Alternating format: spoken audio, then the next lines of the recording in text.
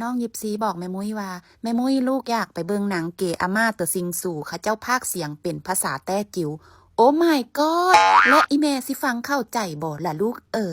แม่มุ้ยก็คิดอยู่สองใจทุกคนว่าจะไปดีบ่ไปดีบ่แต่ว่าแม่มุ้ยขี้ข้านขับรถเนาะแต่ว่าก็เห็นใจลูกเนาะบางกี้ลูกฮอลิเดย์ไปประมาณ16มื้อเนาะสองน้องเอื้อยเพิ่นกะบ่ได้ไปใส่บ่ได้ไปเที่ยวทั้งใดแล้วกะแม่มุ้ยกลับลาวเนาะสองน้องเอื้อยเพิ่นกะอยู่เฮือนคนเดียวเพิ่นกะคงจะเหงาเนาะและมื้อนี้แม่มุ้ยกะสดเซยให้เพิ่นด้วยการที่ว่าพาเพิ่นไปเบิ่งหนังอยู่ที่รัฐมาลากาเนาะอยู่ที่มาเลเซียนี่แหละทุกคนแม่มุ้ยบ่อยากไปมาลากาย้อนหยังทุกคนแบบแม่มุ้ยไปดุแล้วนะแบบขี้ค้านไปนะทุกคนแม่มุ้ยก็เข้าใจลูกอยู่แต่บ้านกะคงสิเหงานะทุกคนแล้วก็เลยพาเพิ่นไปนะทุกคนแบบเปิดหูเปิดตาทุกคนแม่มุ้ยกับบ่มีหมู่ทั้งใดทุกคนส่วนหลายก็จะเอาลูกนี่แหละเป็นหมู่ทุกคนมันสบายใจดีแต่ว่าบางเทื่อก็ปวดหัวทุกคนเนาะเอาลูกเป็นหมู่นะทุกคนพวกข่อยก็ไปน้ำกันแบบนี้ตั้งแต่ลูกข่อยยังน้อยๆนั่นแหละทุกคนจนฮอดปัจจุบันลูกข่อยก็หอยตรงเลงไปน้ำข่อยแบบนี้ล่ะทุกคนเฮ็ดจังได๋ซะนะเฮาเป็นแม่เลี้ยงเดียวเด้ไปไสก็ไปน้ำกัน แต่ว่าก่อนจะออกไปข่อยก็มาแวะใส่น้ำมันก่อนนะทุกคนน้ำมันอยู่มาเลสำหรับคนต่างชาติเนาะข่อยใส่น้ำมันหันแม่น95ลิตรนึงแม่น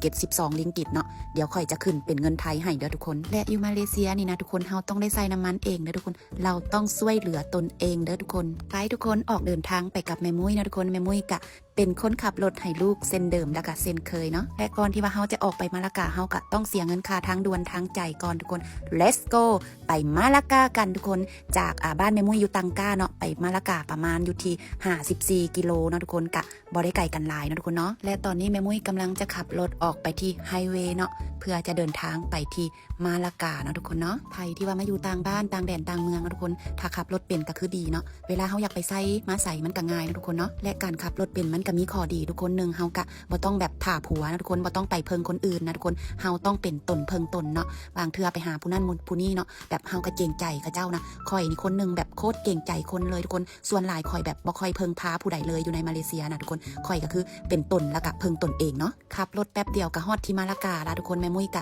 จะเลี้ยวซ้ายเนาะเข้ามาลากาถ้าแม่นเฮาไปซื้อเนี่ยแม่นไปกัวลาลัมโปเนาะหรือว่า KL เนาะทุกคนถ้าไปซื้อเนาะและแม่มุ้ยก็เลี้ยวเข้าไปที่มาลากาเนาะทุกคนเลี้ยวซ้ายเนาะและก่อนที่ว่าเฮาจะเข้าโค้งเขตของรัฐมาลากาเฮาก็ต้องได้เสียเงินค่าทางด่วนก่อนเนาะเฮาจึงค่อยจะเข้าไปในมาลากาได้เนาะแต่ว่าเสียค่าทางด่วนหันเท่าใดแม่มุ้ยลืมเบิ่งเนาะทุกคนเอาไว้คลิปหน้าเดี๋ยวแม่มุ้ยจะมาบอกเนาะเพราะว่าของแม่มุ้ยมันตั้งเป็นออโต้เนาะเวลาเสียเงินเนาะและคลิปนี้ก็จะเป็นคลิปการเดินทางจากบ้านแม่มุ้ยเนาะโยโฮบ้านตังกาเนาะมาที่รัฐมาลากาเนาะประมาณ45กิโลเนาะทุกคนและคลิปนี้กะผู้ใดถามมาว่าบ้านแม่มุ้ยอยู่แถวใดก็คืออยู่ใกล้กับมาลากาเนาะห่างกันประมาณ45กิโลเนาะคลิปนี้ก็จะยาวละทุกคนขอบใจทุกคนที่ว่าเสียสละเวลามาเบิ่งคลิปแม่มุ้ยเนาะแล้วแม่มุ้ยจะมาอัดคลิปเป็นคลิปต่อไปให้เนาะแต่ว่าคลิปนี้แม่มุ้ยขอลาไปก่อนขออนุญาตไปขับรถก่อนนะทุกคนขอให้ทุกคนที่ว่ามาเบิ่งคลิปขอให้ทุกคนสุขภาพแข็งแรงเด้อไปละทุกคนแล้วเจอกันใหม่คลิปต่อไปเด้อไปละบ๊ายบา